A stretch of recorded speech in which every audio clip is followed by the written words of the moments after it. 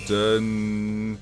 We are live on the internet. Welcome everyone to the show, to the pod. I'm joined as ever, Proudy and Kino. Hi. Football's coming. Oh, hello. Right. Sorry, you just caught me singing there. We are live. The show's back again. Last 16 coverage. I'm wearing a navy shirt today, and it's inspired by the smart look that Gareth Southgate gives off. I'm wearing nothing but a waistcoat. I like that. Well, waistcoat sales have gone through the roof. Have you heard about this? In Marks & Spencer's, they've gone up 33%. Love it. For this time of year. Absolutely. Should we all get what? Should we all buy? Should we go and join in the trend? Proudy, you look good in a waistcoat.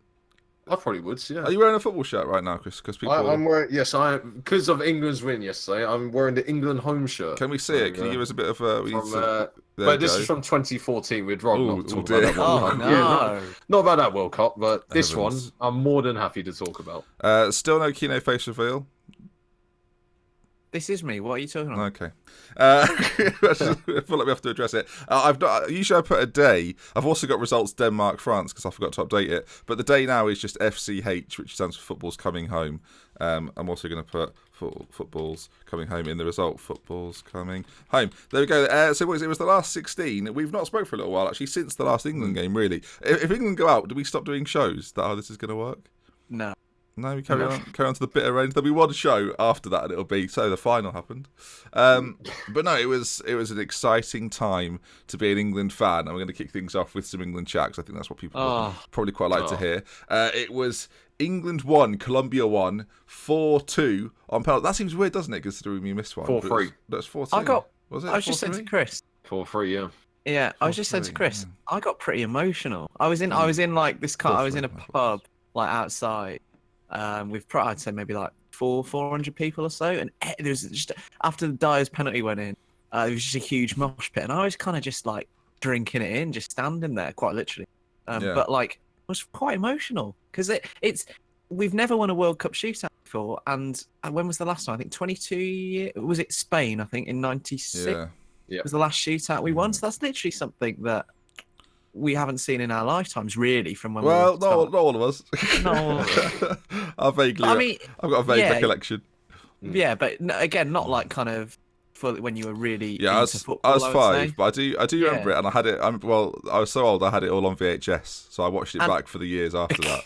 And to be fair, who knows when we'll see it again? Like maybe I'll tell you maybe Saturday. I'll tell you what though, my girlfriend Ellie, you boys obviously know her relatively well.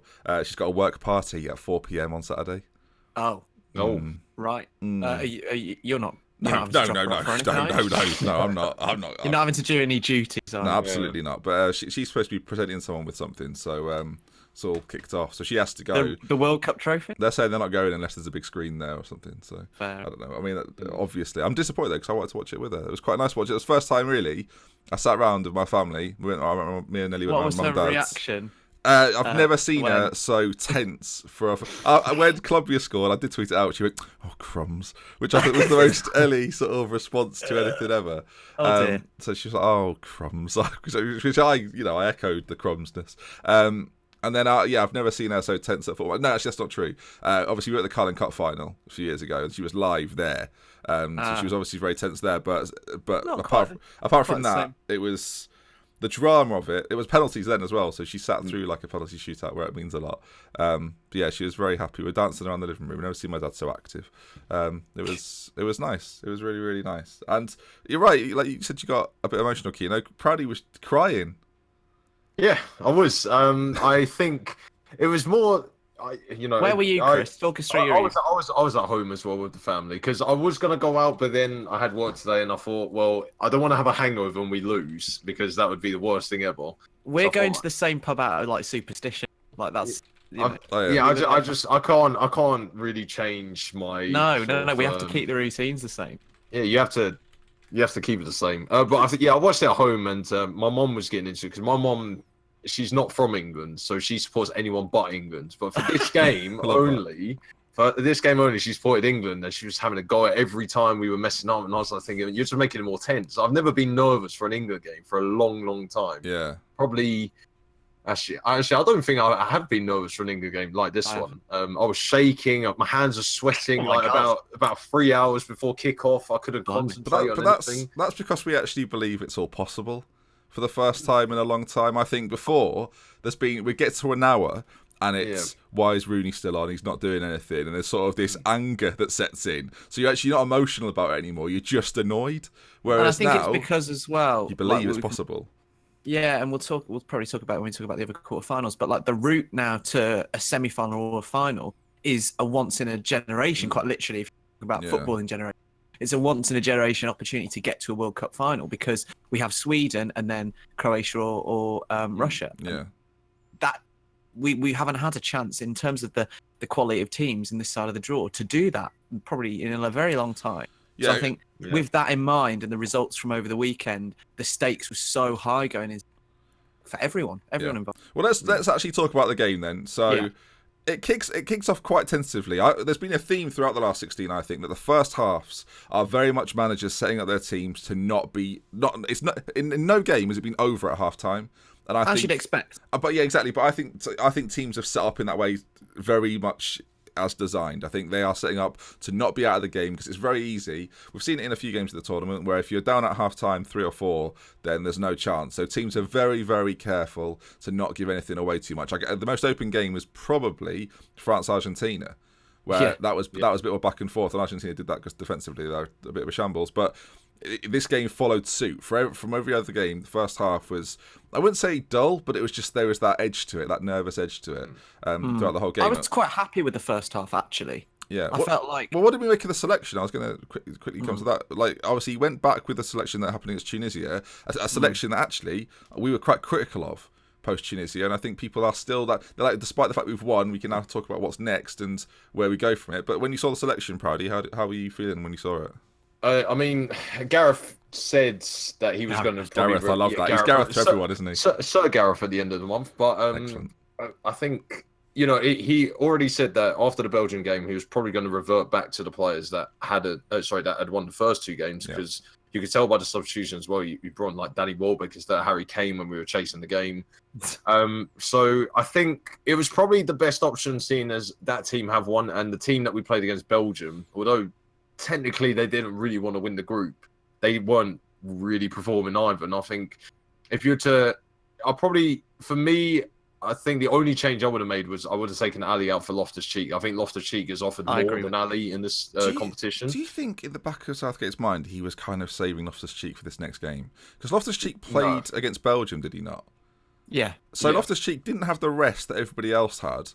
And you think in a game like this, he would have had to, at some point, he would have probably had to bring Loftus-Cheek off. And he didn't bring him on. So I wonder if there's maybe... Because I was convinced he would be coming on. Like when he brought Rashford on and sort of almost played Rashford in the middle, I thought, well, if you're going to put him there... extra sub as well. Yeah, if you're going to put him there, why wouldn't you play Loftus-Cheek there? I thought that was curious. I don't know if it was a penalty-taking decision towards the end. And that's why we saw the likes of Vardy come on as well. But I thought it was curious that we didn't see Loftus-Cheek come on in the middle, because I think that would have probably made a lot more sense with the balance of the team. He didn't in the Belgium game. Loftus-Cheek didn't, and I guess in the Panama game as well, didn't kind of look quite as dynamic as he did when he came on against Tunisia. So I don't know if that was kind of a reaction to him maybe slightly underperforming in those 2 games. But I agree, I'd like to see him against Tunisia. And one thing before we kind of get into the nitty-gritty of the game, what a decision. You mentioned the Belgium game. Southgate took a massive risk in his selection against Belgium, and obviously we lost the game. What a decision that looks like now. Obviously, if we'd have lost to Colombia, it's such is the nature of tournament football. Do you feel like the game went on to, like the way the game played out? The Belgian game ended up not mattering at all. Like it was clear we didn't lose momentum.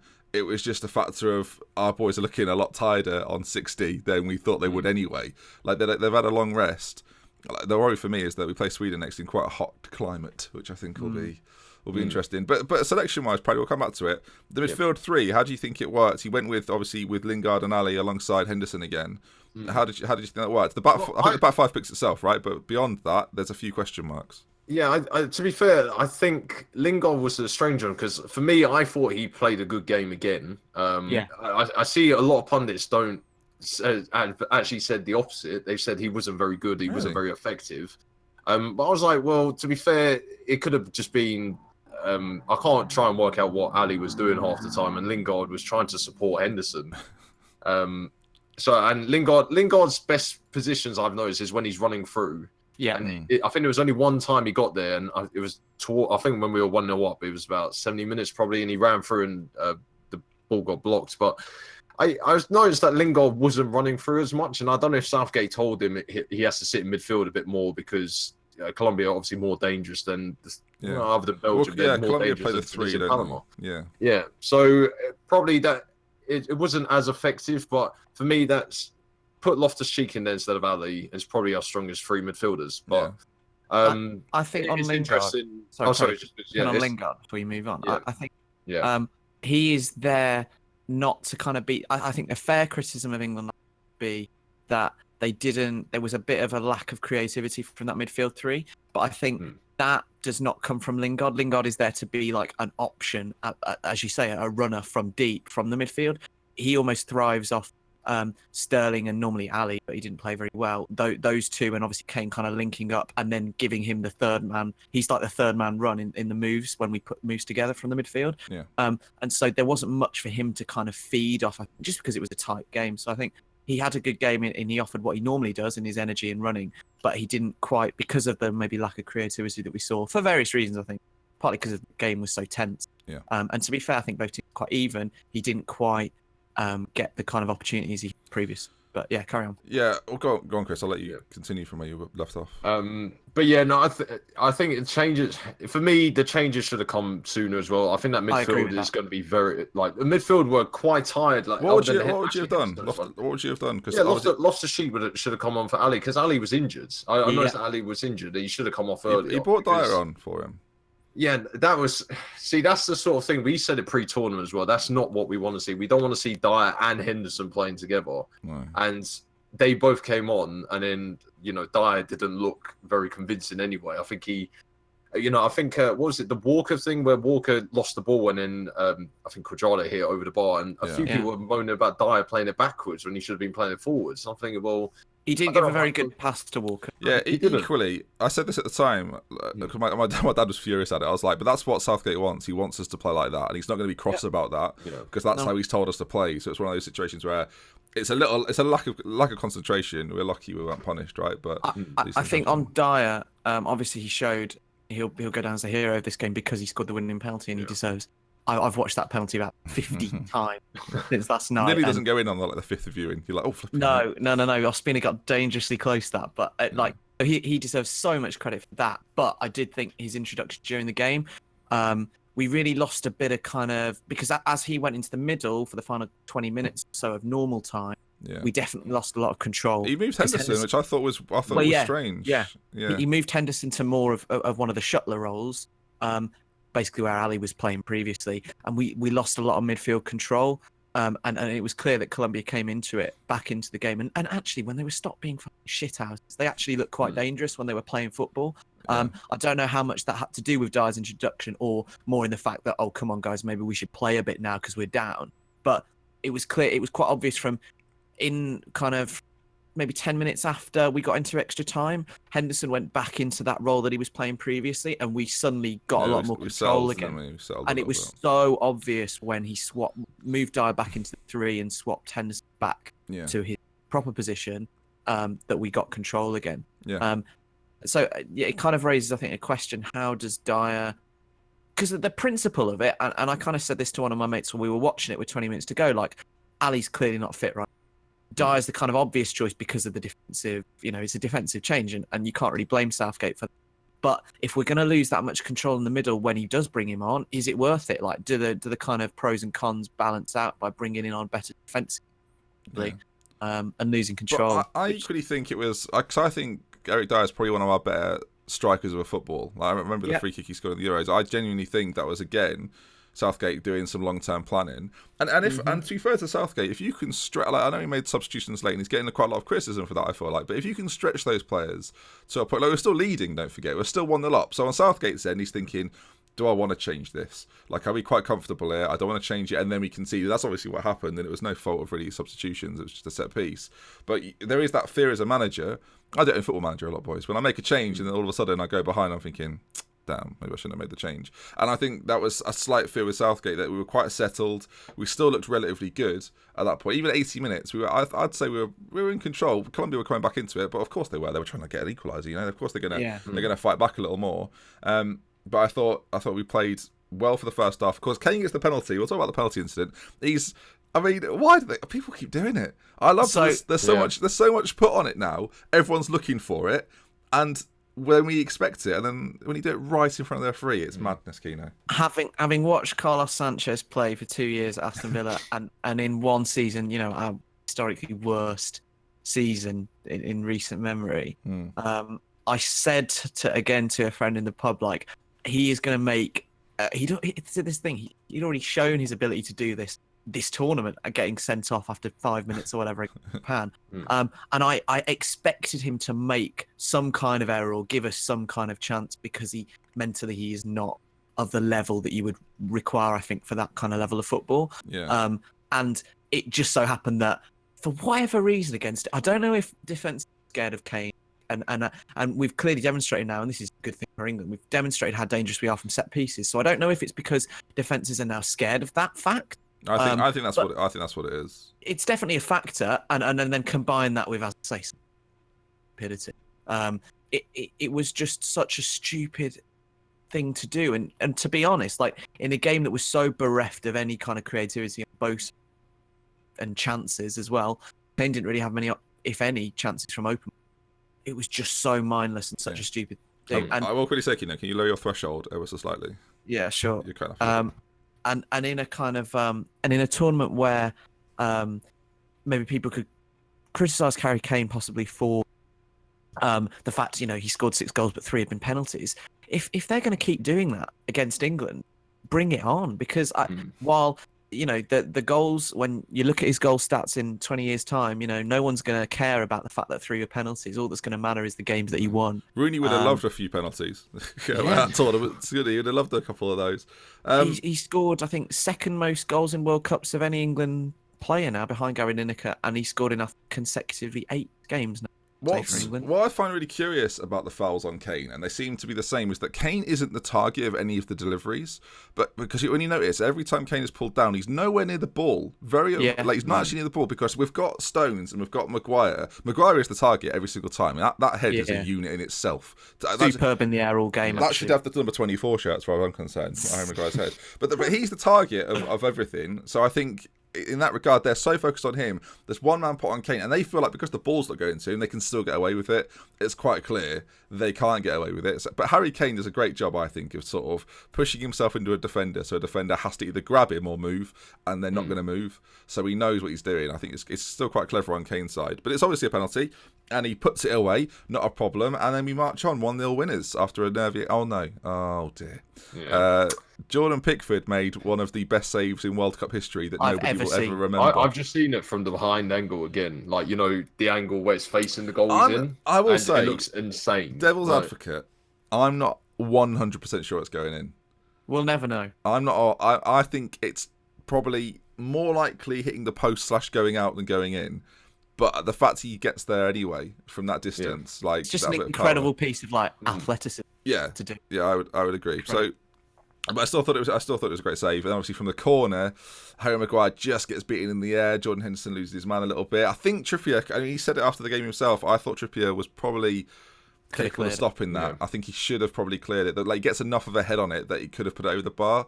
Obviously, it was a good header from Mina, but it wasn't like a bullet. Oh, Mina was pissing me off, by the way, because Mina was injured for about 45 minutes. We'll talk about this. But was never taken off. He was constantly playing on. Anyway, so we get the goal back, and then extra time is how we expect it to be. Rashford comes on. Rose came on as well for Young. Rose, by the way, it does not look fit for this tournament at all. I don't 100% know why Rose was selected. I guess because of his quality on that left-hand side. But every time he comes on, he was supposed to look fresh, right? He looked like he played 90 minutes. And he hadn't played 90 minutes. He'd played about 12, which was a bit of a concern for me. And he comes on, and then it goes to penalties. And be honest, boys, when they blow for penalties, confident or not? Proud of you. No, not at all. You weren't confident. Kino, were you confident? No. Having heard everything that Southgate had said about this before the tournament, I was in a sea of people full of dread, I was strangely confident. I was couldn't confident. explain I was why. confident as well. I've never been confident for an England penalty shootout, but I was confident. It was really Yeah, weird. same. I couldn't explain why, but I felt as though even when Henderson missed that penalty, and I know Yeah. it sounds funny to say it in hindsight, but when you hear Southgate talk about how much research has gone into the 5 penalties, this process penalty shootout from the FA and himself, and experience from all other sports, sort of marginal gains and everything like that, I just felt as though we were doing it differently in 2 other teams as well, and I think Colombia, in a way, showed a few of the mistakes that we've made in penalty shootouts in the past, actually. Yeah.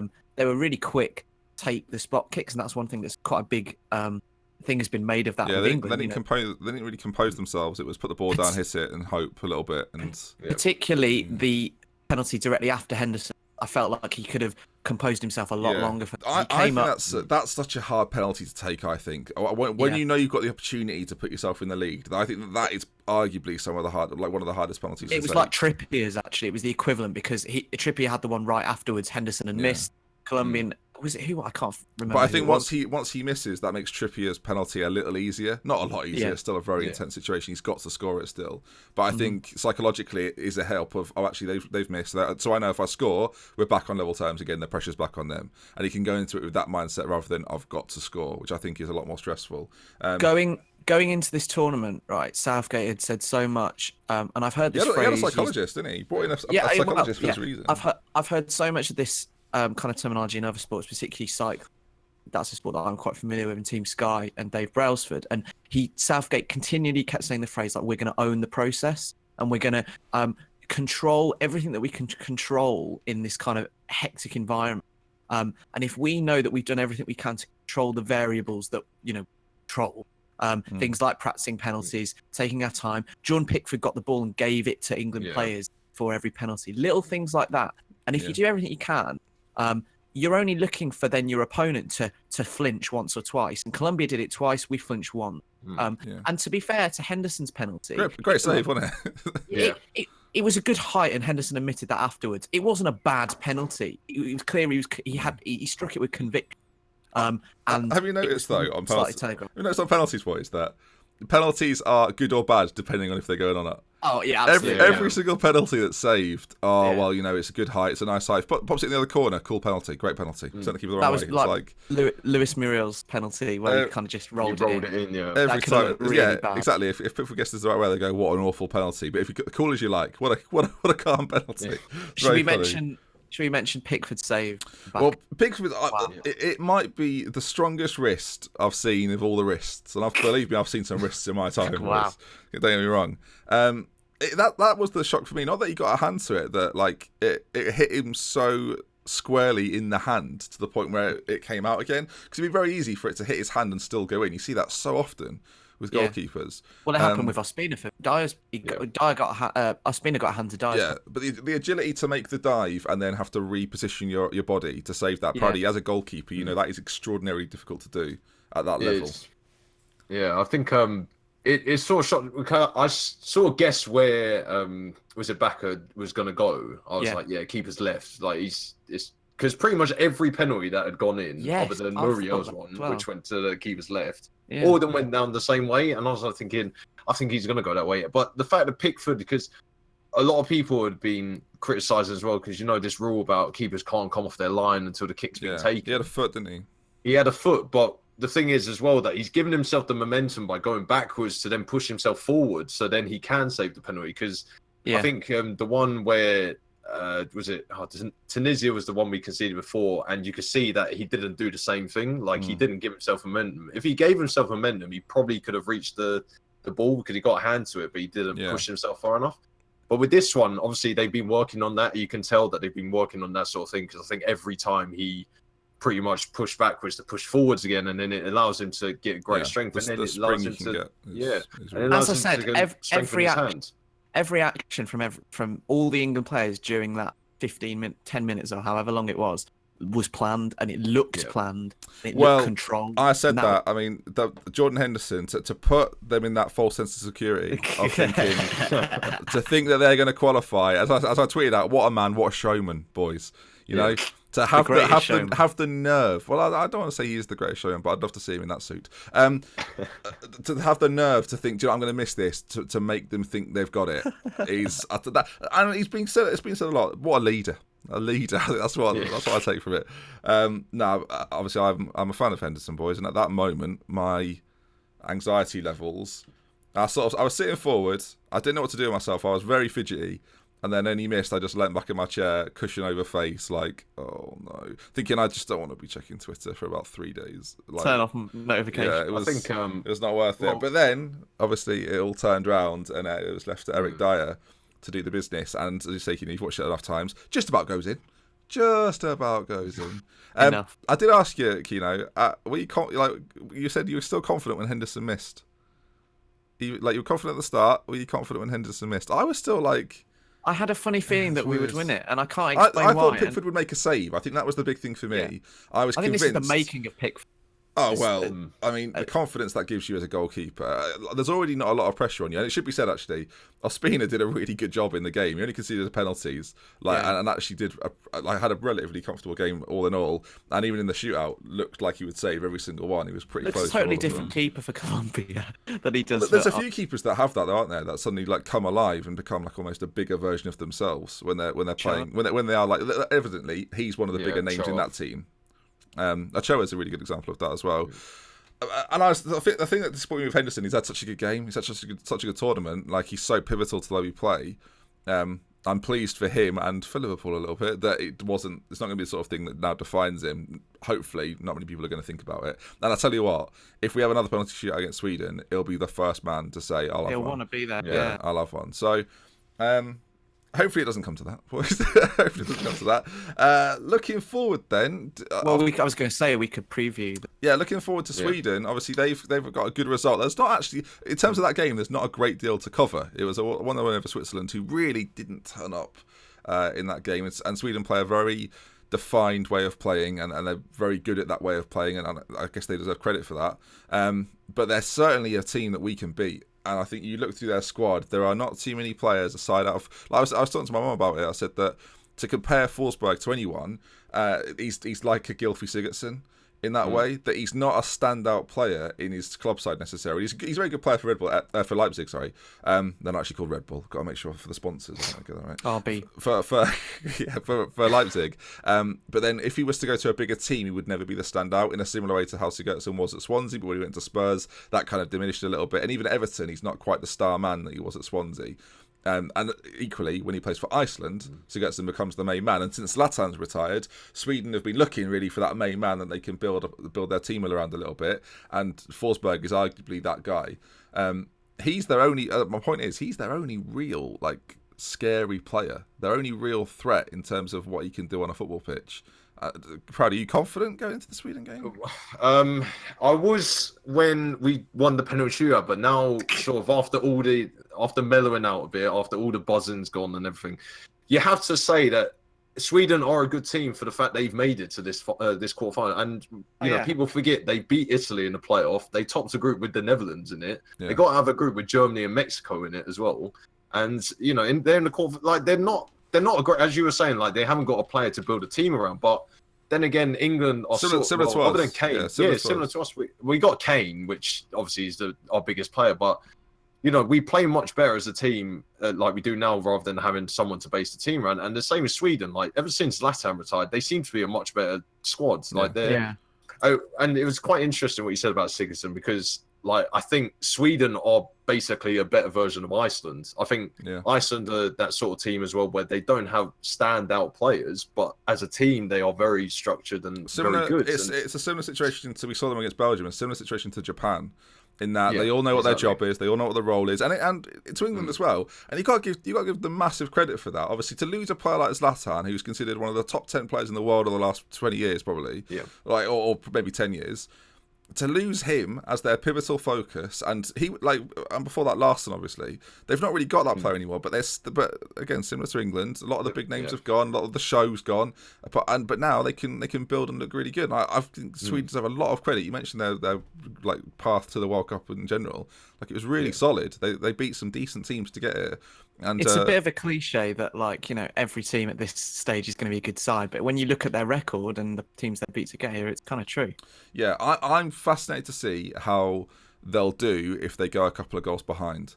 And I think we have to start incredibly quickly and try and catch them up, because if we get to 60 and we haven't scored yet, I think that's what Sweden are playing for a little bit, and they're going to play for this idea that they might grab one and they're more than happy to defend the lead. And I think if that happens to us, we need a couple to be able to sit there and then play our game a little bit more. We need to be comfortable at, say, 2-0, 3-0, rather than that 1-0, because we saw against Colombia, if it comes to the point where we have to make changes, we do become a little weaker, and systematically we're not quite as strong, whereas Sweden have got the sort of team where they can bring anybody into that mixture and still be the same team. I think we need to try and find the balance very quickly and get the goals early as well. I think it will be, in terms of trying to maybe compare it to a game that we've seen England play recently, it will be less Colombia and more similar to the Tunisia game, in the sense that they will be obviously a higher standard, but they will approach it. I think Sweden, in comparison to Colombia, even minus James Rodriguez, they have less creative tools that can hurt England. And so I think to that extent, we will be a little less wary of them maybe taking control of the game, and Sweden will want to take control. So the onus will be on England to score and to have the possession. So with that in mind, I think, as I say, it'll look more like the Tunisia game. We need to start fast, and in kind of, as opposed to what occurred in the Tunisia game, where we did start fast and create a lot of chances, take one of them this time. Yeah. And I think the biggest issue will be, again, another cliche, but particularly in this kind of game, we want to make Sweden come out and chase the game. That's not where they're strong. They're strong where they're sitting in, kind of like they were against Germany to a certain extent. I know they lost that to a wonder goal, but we want to try and get ahead early so we can bring them out and maybe pick them. In the last 13 games they've played, they've only scored more than one goal in a match once, and that was when they beat Mexico 3-0. But they've kept a number of clean sheets already this tournament. Don't get me wrong. They kept clean sheets against Mexico and South Korea and Switzerland. So they'll obviously take a lot of credit from that. Obviously, we're beaten by Germany, but that's again, despite how bad they are, it's still no disgrace to lose to what was one of the most memorable moments of a World Cup with that Kroos goal. I think Sweden will be quite happy to play England, but I equally think England will be quite happy to play Sweden. I think it works quite nicely for both teams. They both feel like they've got a shot at it. They both feel they've got a chance. And it'll be interesting to see how Sweden rate us defensively. Like, Sweden aren't a team that never score goals. You look at their qualifying, or the games around their qualifying. They beat Belarus 4-0, Slovakia 6-0, Luxembourg 8-0, Belarus 4-0. They've got, obviously, none of these teams are particularly good, but there's wins against France and Italy in the last sort of their 12 months as well. They're certainly capable of doing it. We just have to be ready for that. And equally, I say, I think we've got to start fast.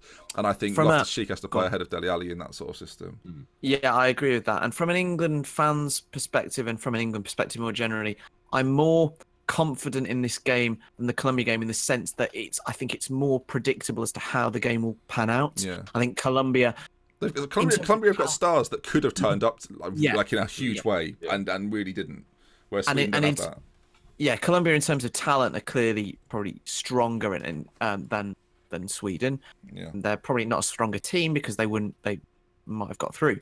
However, but they didn't. I think but they didn't.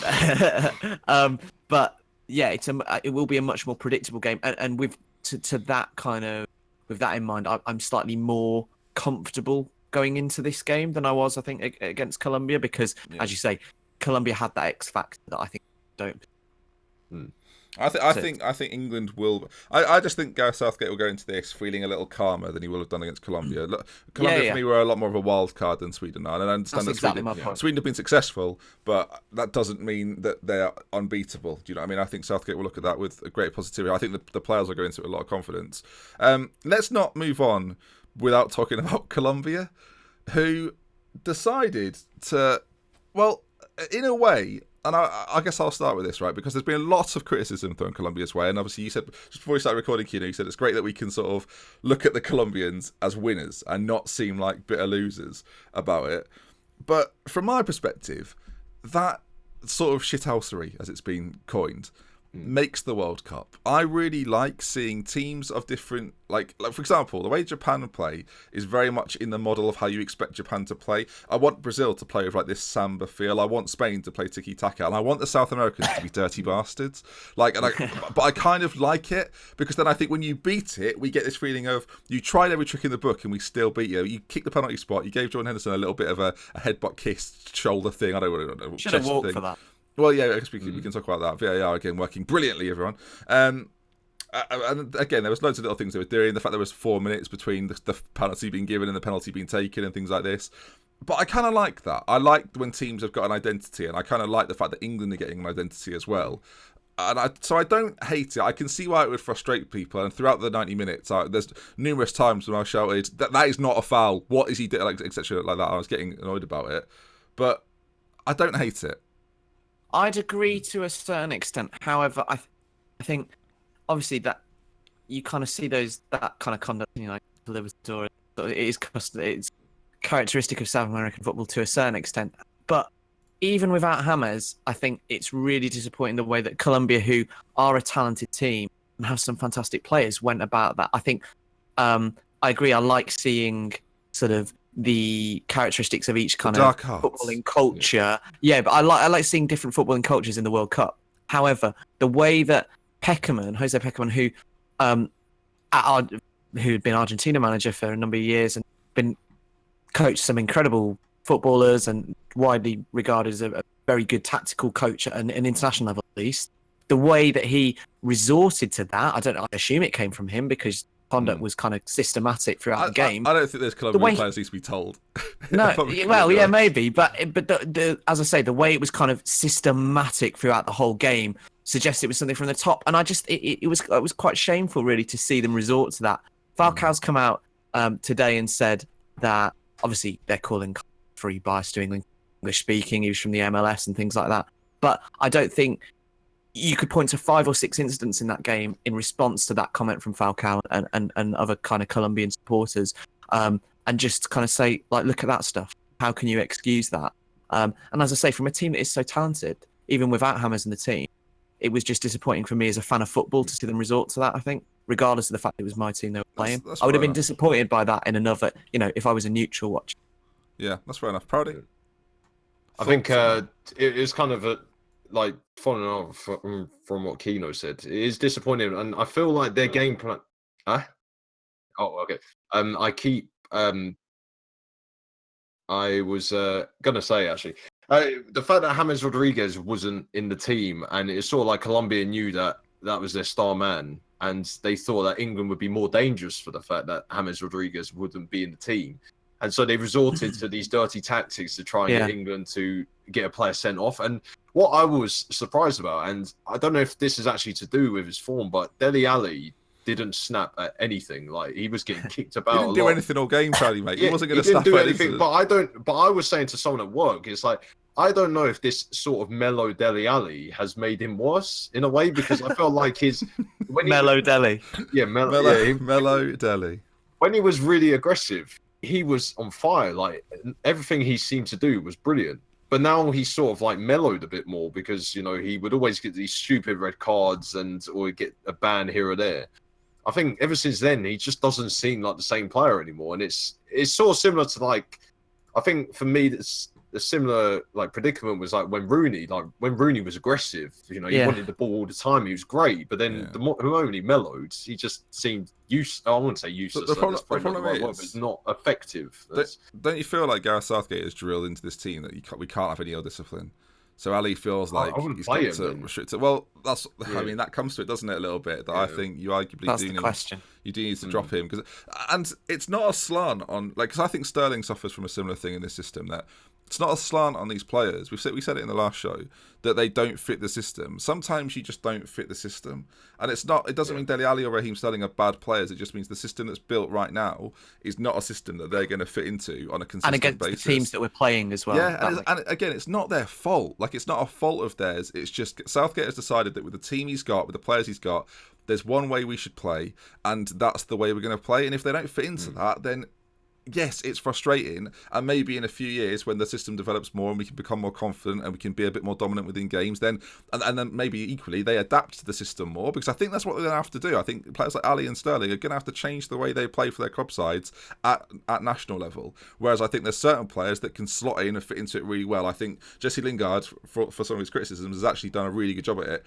Trippier fits in perfectly. I think Young's done a great job. I think Henderson's been great in the middle. I equally think the back three have looked really good. I think Maguire carries the ball forward well, as does Walker, and Stones has been, for the most part, pretty solid at the back there, and Harry Kane. But it's those two roles. It's the Sterling and Ali role right now that need to have better fits in them. And I genuinely think that Rashford and Loftus-Cheek are slightly better fits for what's required. We saw Harry Kane come deep a lot in the game against Colombia, and I think he may potentially do a very similar thing actually against Sweden. And in that scenario, I would rather have, as the man then leading the line, Marcus Rashford than Raheem Sterling. Rashford's got a bit more of a physical presence. He's got, in my opinion, he's a better finisher than Raheem Sterling. And I would like to see him played in that role over Sterling. And then, because then, I'll be honest, boys, in that situation, whether we're leading or we're behind or we're drawing, to bring Raheem Sterling on 70, 80 minutes, to me, you give him a free role almost. You say, go and play in and around Harry Kane, get the ball, run with it, and drive at people. You've got the rest of the game to do this, go and do it. And I think that might get a better performance out of Sterling, rather than trying to make him play in what is... We're like an extremely watered-down version of Manchester City, and Raheem Sterling needs more quality around him. And right now, we're not at that point with this England team. We might be in a couple of years, but we're not right now. And I think he's almost... I don't want to go as far as to say him and Dele Alli are detrimental to the England team, because I think that's a little harsh. But they don't fit as well as other players fit, and that's okay. But I think Southgate's got a big decision come this Sweden game, and I think we might see, if there's an injury to Dele Alli, it's a bit of a get-out-of-jail-free card for Southgate, because if you drop a fully fit Dele Alli, then there's questions about that. So he's got a bit of a free pass there. But again, we'll finish up on England. We've spent about 50 minutes or 40 minutes talking about them. We're through, boys. We're in the quarterfinals of the World Cup with a good chance of winning it. So exciting times. It's coming home. For the England Massive. It is indeed coming home. We've talked a little bit about Sweden, so we're going to go all the way back to France-Argentina, which was one of the most exciting games we've seen at a World Cup. Seems like 10 years ago. It does seem like a long time. When was it, actually? What day was it? The Saturday? Saturday, yeah. Saturday, wow. It does not feel like it was on Saturday. My God. I mean, what is it now? Wednesday? Doesn't feel that long ago.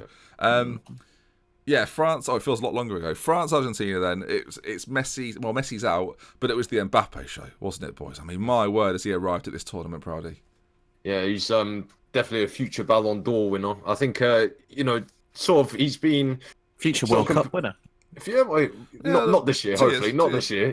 Yeah, 4 years' time. 4 years' time, sorry, yeah. But I think Mbappe's been compared to Thierry Henry, and I think he is starting to show that sort of confidence Thierry Henry had when he was a kid growing up. Because I think Thierry Henry, I think it was 1998, I think he was 19, and he announced himself on the world stage at that World Cup. And Kylian Mbappe is doing exactly the same thing. And you can sort of see that he's now, the shackles are sort of off him now, because...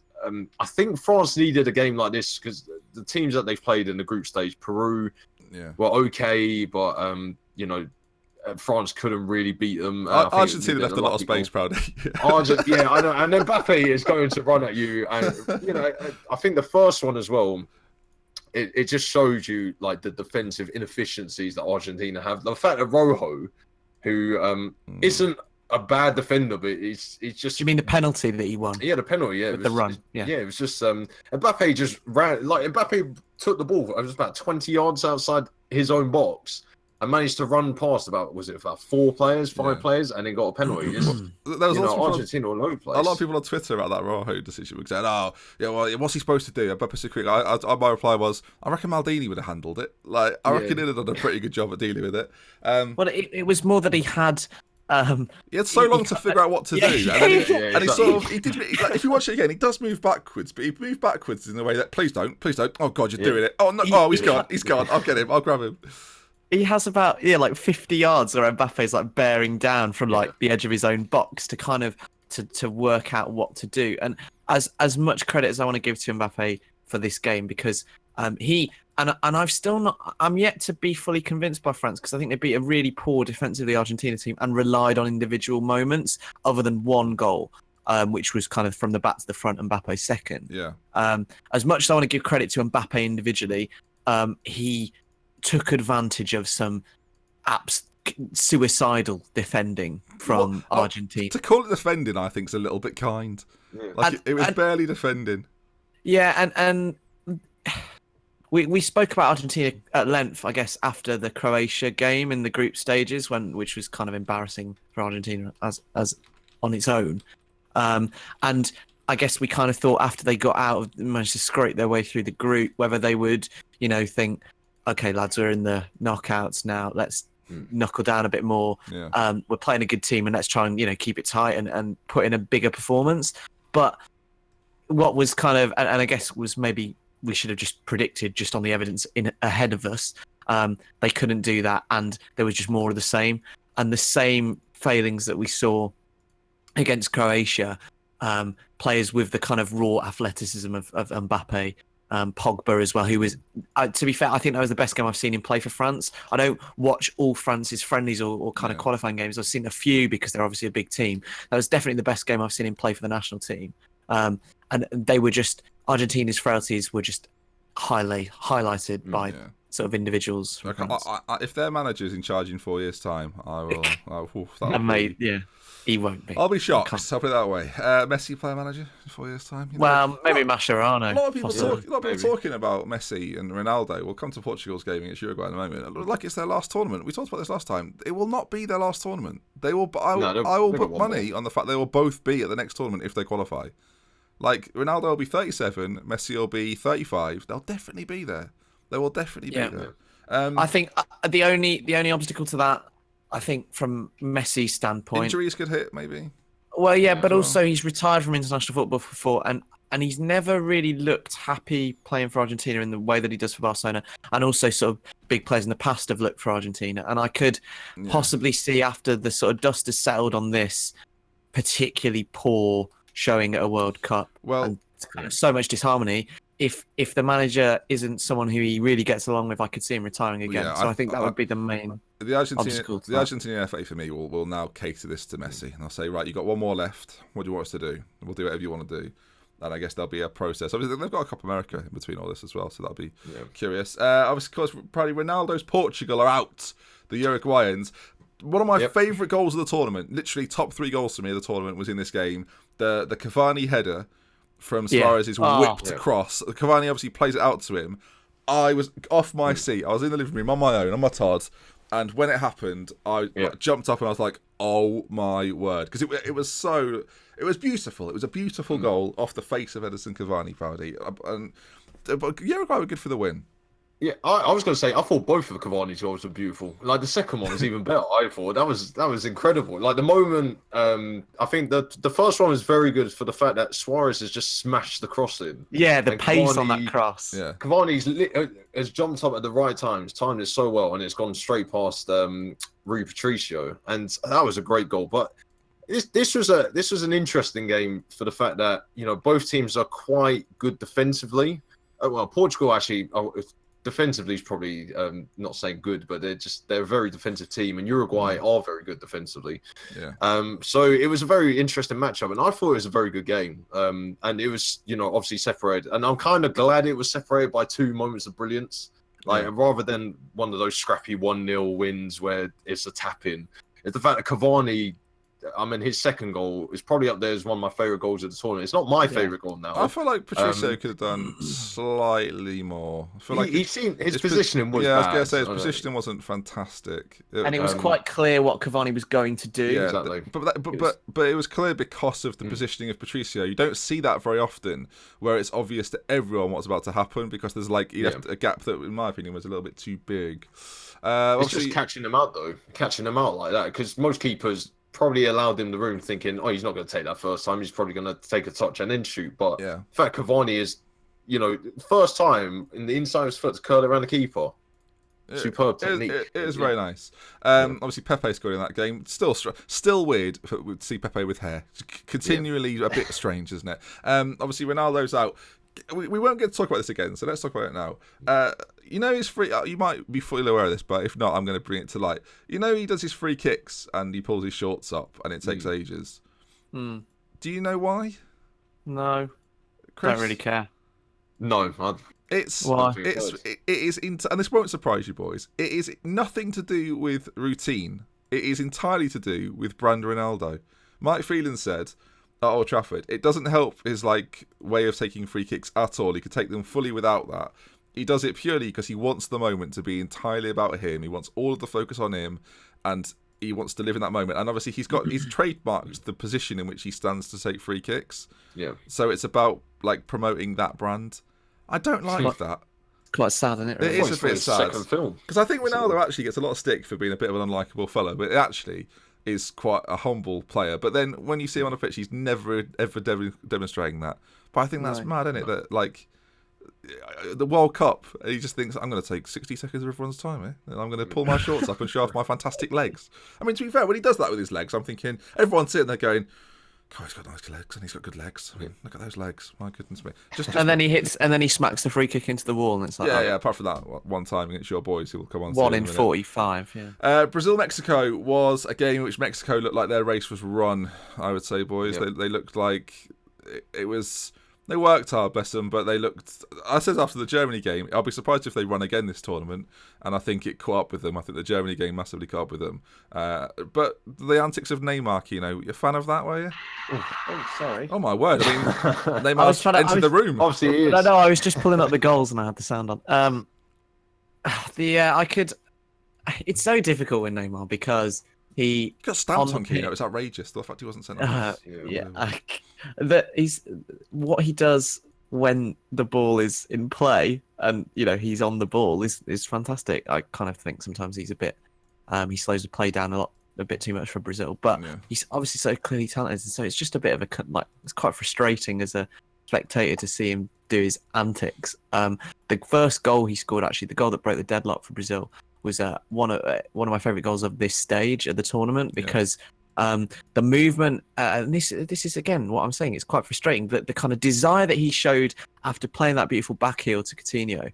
Was it Coutinho or Willian? I think it was Willian. Willian, and then Willian, who put the cross in. The kind of desire that he showed after sending the entire Mexico defense the wrong way to then get onto the end of that driven cross was kind of like some old-fashioned number 9, like poacher, penalty box poacher type stuff.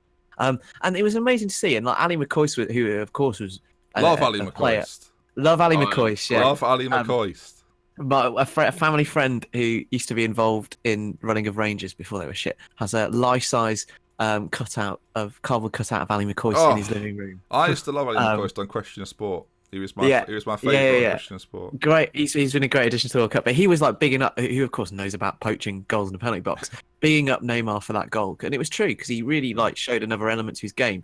But then he goes and does other stuff, and it's like, come on, what? Come on, you don't need. Yeah, but where are you? Sorry, but you don't. He doesn't need to do that because he's so good. And for me, and the kind of antithesis of that in his own team would be Philippe Coutinho, who is out of the limelight because of Neymar, but has been just as good, I think, this tournament for Brazil. And he's been my probably player for them in the tournament. I think we're seeing a bit of an. It's strange. I was talking to my parents about this. I was like, the thing you see with some of Willian and Coutinho are really good examples of this, and players like Neymar are really bad examples. Or sorry, they're all really good examples of this. That players that have spent time in the Premier League seem to stay down for far less time. That is true, actually. When they're fouled, it's almost like they've been. It's an interesting point I've not heard before. And Neymar seems to think, because again, it comes a lot down to gamesmanship. But in that game, I saw on many occasions Coutinho and Willian be taken out rightfully and could have stayed on the ground for a long time, but both of them pick themselves up, carry on. Another player that does it, and I wouldn't necessarily credit this to the Premier League, is Kante. Anytime Kante is fouled or goes down under a challenge, straight back up again, carries on. And I wonder with some of these players where it would be easy for them to roll around a little bit and make a show of it, they tend not to. I don't know if it's sort of the Premier League has made it that way, or if it's just coincidence, but keep an eye out for that. There's players that tend to just get up and get on with it, and a lot of them seem to be coming from the Premier League. You're not seeing too many Premier League players roll around and be a bit of an embarrassment. It could be because refs and the media and fans are a little bit less tolerant of it in the UK. I feel like Neymar does it. That's Neymar's version of making it all about him. Yeah. Like, and he knows that in South America there'll be people in South America loving that and fully backing him. Remember the Suarez biting thing, and then loads of Uruguay fans were like, "It's fine," like until they had to come out and condemn it. But That's like, Suarez's brand, isn't it? well, the amount of backing they get, South American players from their own fans, is like almost religious in the way that it's done. Pridey, let's move on though. It was to face Brazil, of course, will be Belgium. And the Japanese nearly at 2-0, boys. At 2-0. Oh, Chris, go on. I was so I had two emotions there. I was sad and I was annoyed because I think the only reason I was annoyed It's like your default setting. Yeah, but I've never seen you anything but sad and annoyed. I was sad for Japan because I thought, they played a great game. I don't think many people expect it. I think even I said Belgium were going to win this 4-0 because I thought physically I thought physically Japan are just going to get thrown all over the place. Like Belgium, physically, Japan hadn't played a team like Belgium. You had Lukaku, Fellaini, Vertonghen and company all at the back as well. It's just thought this could be quite a big result for Belgium. But then at halftime when it was 0-0, I was like thinking, okay, maybe something might happen. Japan had a chance here or there, but there wasn't too many. No. And then when they scored, I thought, okay, here we go. This might be another shock. And when it was 2-0, I was thinking, oh my goodness, I'm kind of glad we avoided Japan. At 2-0, I was getting out my Bobby Martinez biggest fraud in football gifs of him dancing at a fucking Jason Derulo concert. I tweeted truffles, waffles, and overpriced chocolate. Your boys are getting one hell of a beating, which retrospectively now looks a little churlish. But well, at least you weren't one of those people that said, "Oh, I can't believe Martinez is bringing on Fellaini and Chadley to try and win in the game." And look who won in the games. But I think. Do you feel like Belgium? Belgium. Do you think Japan though played as well as they could possibly play? Like everything for me went the way they would want it to go, and it was just so cruel at the end. Oh. It's just so strange though because the game management, which I'll come on to now, is their game management at the end of the Belgium one was bad. It's so like they threw so many players forward, which they probably wanted to try and win the game, which is fair enough because no one wants to go to extra time. But, you still have another half an hour to try and win the game, or you could take it to penalties. But they threw so many players forward, got counter-attacked, and then they conceded. And I said, well, it's in stark contrast to the Poland game where they were sort of playing for the 1-0 defeat, like hoping Senegal didn't score. And they were playing, I think, the last 20 minutes. They didn't even play the game at all, as far as I heard. So it is a shame, but I think that's probably just down to the manager. He probably should have said to the team at 2-0, it's like, we're going to sit back a bit more, lead two players up front, the Kagawa and Osako, and then just stick two banks of four in front of the box. But then again, as I said, physically Belgium are way ahead of Japan, and when you have players like Fellaini, company, Lukaku in the box for Tongan as well, you got really no chance. I think, especially when Belgium get in the box, and that's what happened, and they ended up losing. But rarely do I big up the introduction of Fellaini as a kind of tactical master. He's a plan B though. He is a typical plan B. He's a sickening plan B, isn't he? Yeah. Normally, if Jose Mourinho does it, I'm like, oh god, look at the players you got. He's rubbing his hands. In this game, and a lot had been made of the height difference between Belgium and Japan. I think they're the smallest team at the tournament. It made total sense, and it was, I guess, while it was an obvious change, you've got to give Martinez credit for, and as we said with Southgate, he made Fellaini he made that change quite early in the game, in the second half by comparison. Made it early. They had a lot of time to get back into it. And it came up trumps. And I guess as gutted as I was for Japan, because I've really enjoyed watching them this tournament. A lot of players who didn't know about and have kind of come into, my kind of consciousness as like a spectator and neutral. Shinji Kagawa has been at Dortmund and Manchester United. How did you know? I'm joking. I'm joking. Yeah, good. But like, as gutted as I was for them, the third goal from Belgium, and as poor as Praddy said as the game management was from Japan, that breakaway goal was glorious. Like from Courtois punching the corner to then De Bruyne carrying it about 30, 40 yards. And the dummy Lukaku in that goal had so much to do, and Lukaku sometimes gets a lot of stick for not offering much other than just sort of getting on the end of crosses and through balls and then scoring. But the amount of work he did for that goal without touching the ball and being a creator, his run in towards the near post basically created the space for Chadley then to run in behind him, and the dummy showed such good awareness. And so I was really impressed by that, and it just summed up that kind of great move. it was kind of Chadley who tapped it in. But I don't know why Moussa Dembele isn't playing ahead of Witsel, by the way. No. I don't really. Oh yeah, that's my other point. Don't really Is get it not that. defensive? Is it not defensive though? Because but De Dembele's Bruyne's not playing centre mid as well. Well, I think, and I don't know why he's doing it. I don't know why the sort of more the quicker version of Wes Hoolahan is playing over De Bruyne in that position. I'm talking about Mertens, who I will admit is a very good footballer. But you're not telling me a front three of De Bruyne, Hazard, and Lukaku wouldn't be able to get the job done, and then you bring in maybe you start Fellaini alongside Dembele, and you've got the option to have a little bit of both. You've got Dembele carries the ball. I'm going to be really bold here. There's not necessarily a player at this World Cup who's still in the World Cup who carries the ball better than Moussa Dembele. From a defensive to an attacking transition to then play a forward pass. I'm not sure there's a player who is as good as him for whatever reason. Possibly Paul Pogba, but for whatever reason he's not selected. And I can't figure. He doesn't play every game for Spurs either. Interestingly, Dembele, but I don't know why. I don't know what Witzel's got over it. But is it height? Is it simply like a case of? If we have any Belgian listeners or anyone who watches this, I'd be curious to know, because Witzel is approaching. I think he might have got it in this game. But he's very near 100 caps for the Belgian national team, which, and of course we've not seen, because he's in China now as well. I will freely admit, I've not seen a huge amount of Axel Witsel play to the point where I could form a really good opinion on the different qualities of his game. However, he's clearly a mainstay for a number of Belgian managers now in this kind of golden generation team. Yeah. And I'd just be curious to know what someone who watches more of him thinks it is about him as a player that gets those managers to so consistently select him over someone like Moussa Dembele. And particularly in this game as well, where Japan were not in for a physical battle in the midfield. I could understand maybe if you were playing a team, maybe like a Russia or a team who were going to take you down to the trenches a bit more. But Japan were there to play football. You didn't necessarily need that muscle of Witsel in the midfield, and Dembele would have seemed like a natural fit for that game. I am curious about that. They're actually the same height, and I've just thought about it now. It might be so simple. It might be a case of the fact, similar as with Loftus-Cheek, is that he played 5 days ago, and he didn't want to play him again in a game which he actually figures he's probably going to win. Whereas against Brazil, we might see him play, and I suspect we will see him play, actually. I think Mertens is the player at risk for Belgium, because I think while he scored that fantastic goal in the group stages, I don't think he necessarily offers what they need. And I kind of agree with some of the BBC pundits who are obsessed with it.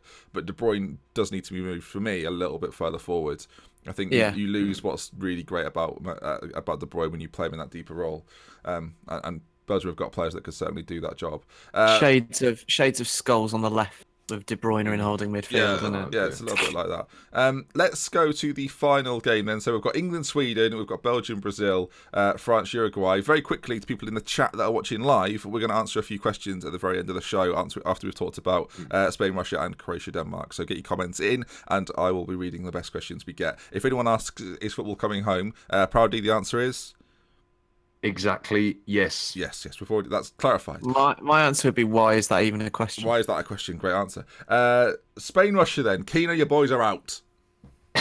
Yeah, and I think and a lot of people, before me included, before the tournament, thought that the sacking of Gian Lopetegui wouldn't lead to a kind of this sort of performance, because I think people thought that the style, and to be fair, in Spain's sort of warm up to this tournament, and in the last sort of year, I think they've arguably been the best international team in the world, and some of the performances they put in friendlies and in qualifying have been amazing. But it was clear that after the first game against Portugal, when they needed to, Hierro needed to maybe adapt and to kind of maybe change things a little and to give them a little bit more tactical direction, they just didn't have it. And I think that's the thing that I took out of watching this game, was that they made over 1,000 passes in regular time. That's in normal time, not even including extra time. And while they had 22 shots on goal, I think only 6 were on target or something like that. It wasn't a great conversion, and they just looked so bereft of ideas. And I think a better manager would have been able to make the pressure that they had turn into more clear-cut chances, I think, through personnel changes and tactical changes and that kind of thing. And I think that's what, and whatever your view on, and I guess we kind of spoke about it before the tournament, whatever your view about what the Spanish Federation did in getting rid of Lopetegui, whether it was right or wrong, I think that cost them at this tournament. Yeah. I think that's basically it. Because while Russia did well to go through and their penalties were superb, they shouldn't have been at that point. Yeah, because of how much ball Spain had. It's interesting that we've gone from the Belgian game to the Japan game. I feel like there's quite a few similarities in that Russia clearly have a way that's set up to deny Spain. The problem Spain had for me, and I don't think this actually comes down to the managerial aspects, but I totally know what you mean, that under him they might have been more progressive. But their ability to play even slightly different, like I'll never say like tiki-taka's dead, but there's something to be said though. 80 minutes in against Russia, Spain have had 3 shots. Like it's for me, it was some of the most. It's a last 16 game with Spain, and it was probably, I'm thinking about through all the games, it might have been the dullest game we've had at the tournament so far. Just because. Other than France-Denmark 0-0. That was pretty bad. 800 passes or something they had. Their only goal was an own goal, which was ridiculous in the circumstances. Ramos and Ignashevich, is that how I said? We're sort of faffing about a little bit, and it goes in. Obviously, Russia get the penalty, and then the second half, like we said, most second halves get a little bit more interesting. This was not one of those games. They got worse. And and extra time was very, very similar to the second half. And then, obviously, Akinfeev is the hero in the shootout. But something needs to be said for Spain, that there's not a cutting edge to them. And I tweeted this out, that it's not, while they play a similar style to this, a very similar style, it's not the Spain that have got the lethal finishing of Torres or David Villa or Xavi pulling the strings in the centre. There's a lot of players who do very similar jobs, and we talk about this is going to be, like, this won't be the last tournament for Messi and Ronaldo. It very well seems like it's going to be for Iniesta. And, definitely. He's announced his retirement, and I mean, possibly football, as he announced that. Yeah. Okay. Possibly PK and Ramos, maybe. I think we'll probably see those boys again. Maybe not as starters, but in similar like Puyol capacity sort of players. Yeah. It's a shame to see them go out in that fashion. But I've got to say, boys, I love seeing the home nation do well. So cause I think it gives the tournament a little bit more life, and I think as soon as they're knocked out, you lose that, and I think Croatia might be the team to knock out Russia. I was going to say, having said that, I wouldn't want to play Russia in the semi-final. No, Prady though. I would. Sorry, coming to Prady on that. Croatia Denmark was. I'm a bit annoyed because Kino, you were involved within this, so I can talk to you while you're here. What's 5 minutes at the start of a game just to finish off our PUBG game? You know, what could we possibly miss? Only 2 goals in the bloody game when it came to Croatia versus Denmark. Went downstairs, 1-1. I was like, oh, I can't believe this.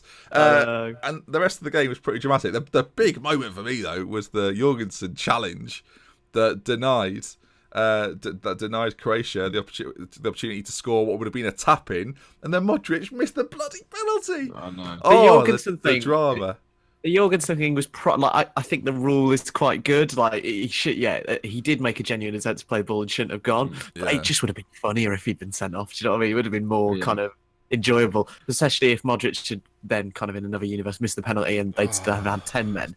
But I mean, we talk about mental strength in terms of penalties from England. Fair play to Luka Modric, because after missing that penalty to win the game, he then had to step up and take one.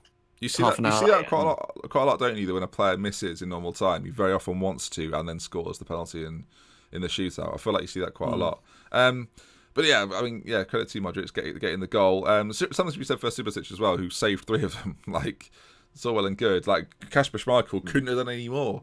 I did feel for him, actually. It did feel. I gotta say, it's lovely seeing Peter, isn't it, in the crowd, roaring his son on, watching his boy. Right. Oh, you can almost hear Peter Schmeichel from your home. It's terrifying. Obviously, so Croatia will face Russia. And obviously they will face England in the semi-finals. That's going to be very exciting indeed. I did ask the chat, get a few more in if you've got them. There's a few questions going in. Apparently Real Madrid would like Mbappe, boys. Thoughts on that? Well, I mean, they've...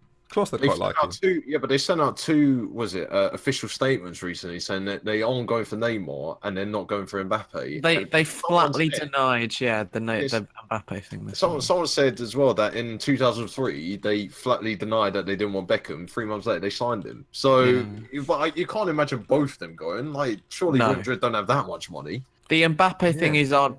I don't know the ins and outs of his transfer situation with PSG, but he's still on loan technically from Monaco. No, I think So- they and agreed.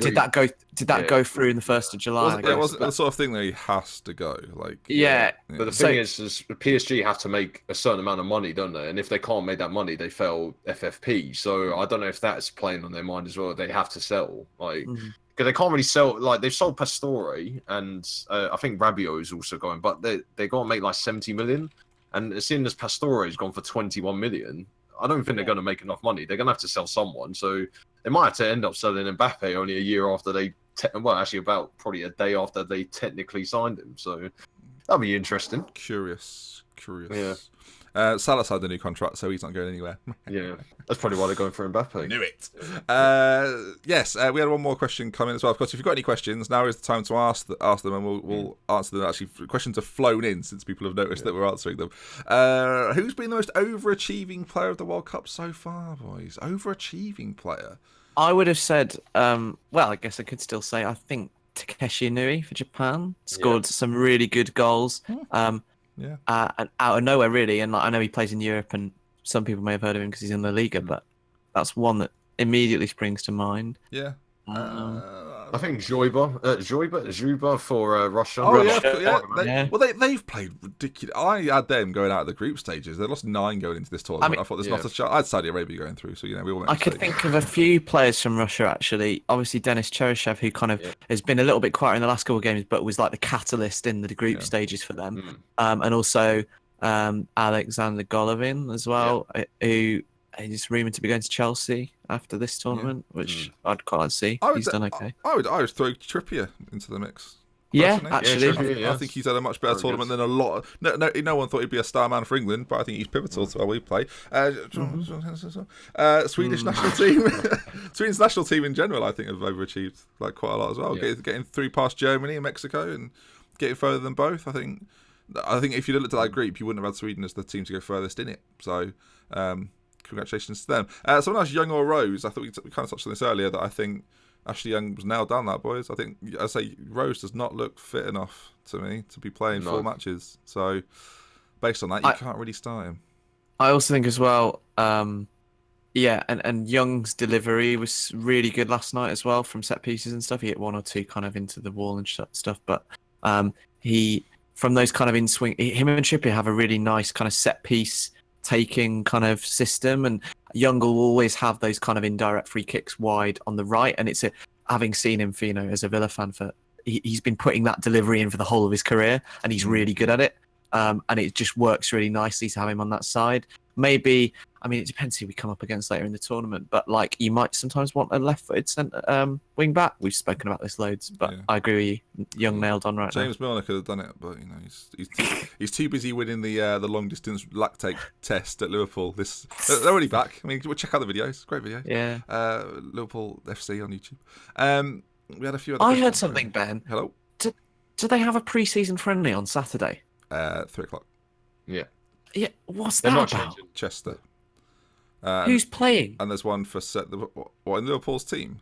Yeah, who might actually be in there who we know? Or will it be a... Do you want me to list out the whole team? So the team will probably be something along the lines of Karius, Milner, Sturridge, Keita, Fabinho. It'll be our top boys playing. So no one will be there. No one. It will be behind closed doors. I'm going. Load of tickets, boys. And then they play Tranmere on the day of the semi-finals. Oh, which has been rumoured to be moved because it's all quite local. It might be moved. Which, they should probably think about just changing the kickoff to 1 for this game on a couple of hours. That's all it needs. Yeah. Anyway, well, Ellie's got a similar issue as we talked about at the top of the show. Favourite match so far? Someone asked. Was it last night? Was England? I know. You're allowed to be biased. I think. We are biased. From an emotional standpoint, that for sure. I would say that's up there. I would say Belgium, Japan is up there. Yeah. That was dramatic. France, Argentina was a fantastic game as well. I would put that there. Germany, Sweden. I would have Germany, Sweden for the drama of it and obviously the way it finished. Yeah, and then Spain, I was going to say then Spain, Portugal would obviously be there as well. Sort of working backwards, aren't we? Yeah, Spain, Portugal Spain, Portugal got the tournament going, and there's always a game at each sort of major tournament where, you know, like it's here, like that the football has started, and that was the game. I quite enjoyed the opening Russia game as well. The first game of the tournament, That's quite 5-0. good, yeah. Like it was just like, oh yeah, the World Cup's here. This is great. There's been some brilliant games though. Actually, one of my favourite games was maybe Croatia Argentina. Seeing the systematic like implosion. I agree with that. Of I was going to say Argentina that one, and Croatia playing brilliantly. Yeah, by all means, in the chat, if you've got any others you want to talk about, by all means. England 6, Panama 1. Let us know. I mean, it was massively enjoyable. It was great, though, wasn't it? And it was so enjoyable. Have you got any other questions that are coming in? Underperforming player of the tournament, is there someone that we thought would be far better? Because obviously Ronaldo got quite a few goals. The Germany team? Messi's found it tough. I think the Germany, Germany as a country. My pick for the Golden Boot, Timo Werner. I was going to say Thomas Muller because he's got 10 goals in the World Cup. I thought he was going to like all the close German in players. All-time goal scoring record, but he hasn't. So you could pick a German name out of a hat, and they did underperform at the tournament. So, let's have a look through some of the questions we've got coming in. Which team do you think is entering a golden age? Oh, I don't like talking about golden ages anymore. We've been through that. England. I think France. France. France. Yeah. Look at France's team. Actually, talking of France, we didn't really mention this, but I think, you know, we've been talking about goals of the tournament. I think Pavard is by far the best. Sorry. Because the last podcast, I think we asked the question, and I said Nacho because of it was a right back. I think Pavard's is 10 times better. Pavard's because of like how high it was. Yeah. Like, when he struck it. I think better. Everyone would agree it's either that or Dyer's penalty. I think one of those, right? I think that's going to wrap things up, boys. So thank you for joining me for this show. We'll be back probably post quarterfinals, I would imagine. Talk about the 4 games involved very quickly. Predictions across the board, boys. I'll go through all of them for each of you one at a time. So Paddy, we'll go with you first. We'll go Uruguay, France. 2-1 France. Brazil, Belgium. 1-1 and Belgium to win on penalties. Oh my word! Russia, Croatia. 2-0 Croatia. Sweden, England. 5-0 England. Oh, Kino, we'll go for you. It's coming home. We'll do it in reverse order, Kino. Sweden, England. No, can we do it this other order? Because I need to think about the England one. Uruguay, France. 2-1 Uruguay. Oh my God! Brazil, Belgium. Brazil 2-0. Russia, Croatia. Croatia on pens. Sweden, England. 1-0 in normal time to Gareth Southgate's boys. Fascinating. It's coming home. I'm gonna go Uruguay on penalties against France. I could see that as well. Uruguay's back line is so good. Like I'm a fan of it. Which is strange because France have looked really good against Argentina now. We're all saying. What did you say, Proudy? Oh, for which game? France, Uruguay. France 2-1. Oh, okay, so you think France will go through? I can't see Uruguay making the same errors as Argentina did. No, I think there'll be a lot tight. I think that back two of Godin and Jimenez is. Brazil, I think, will beat Belgium. I think Belgium's luck will run out. I think Croatia will beat Russia by quite a few. Actually, I think this might be quite a sad game for the Russians. The end of the road. Yes, and I think England 3-1, 2-0 up after 20 minutes, cruising, penalty to Sweden, and then a late goal to seal it. Squeaky bum time when the Swedes get back in. We'll see you in the semis, Croatia. I don't dislike the Swedish national team. It's nothing personal, Sweden. It's entirely biased. And that's going to bring us to the end of this week's show. Thank you, Proudy, for joining me. Thank you for having me again. Kino, it's a pleasure as always. Where's it coming? It's coming home, boys. And we'll see you after the quarterfinals for more. If you enjoyed this episode of For the Fans, do leave a like on the video, and thank you for watching live. Woo! Da, da, da. You can still hear us, but the jingle's playing. Da, da, da, da, da, da, da.